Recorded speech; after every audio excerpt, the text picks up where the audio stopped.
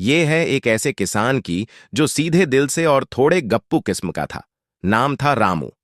गांव में सब उसे रामू काका कहते थे। मौसम का कोई भरोसा नहीं और रामू काका की किस्मत का तो बिल्कुल नहीं। एक दिन बाजार से लौटते वक्त रामू काका को एक बूढ़ा साधु मिला। कहने लगा, रामू, ये लो जादुई बीज, इसे खेत में बो दोगे तो सोना उगलेगा। रामू काका ने आंखें तरेरी। सोना? खेत से? अरे बाबा जी, ये कोई टीवी का ऐड थोड़ी है।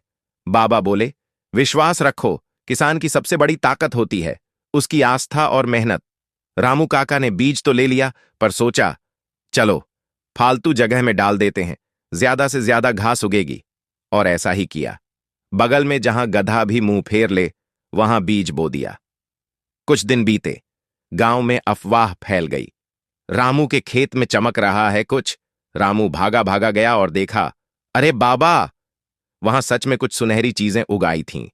पहले तो समझा कोई ने चाय के पत्ते में हल्दी डाल दी हो, लेकिन जहां से देखा, अरे बाप रे, सोने जैसी चमक रही थी। गांव वाले इकट्ठा हो गए। रामू काका तो अब राजा बनेंगे, कोई बोला। एक और बोला, अब हमें भी वो बीज चाहिए।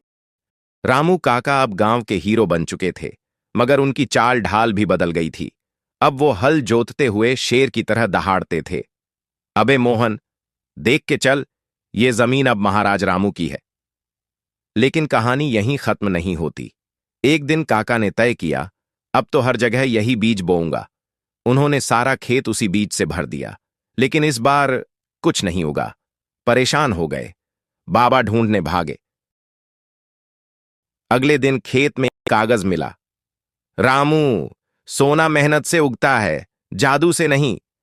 पहला बीज तुझे तेरा विश्वास और उम्मीद लौटाने के लिए दिया था। बाकी का हिस्सा अब तेरे कर्म पर है।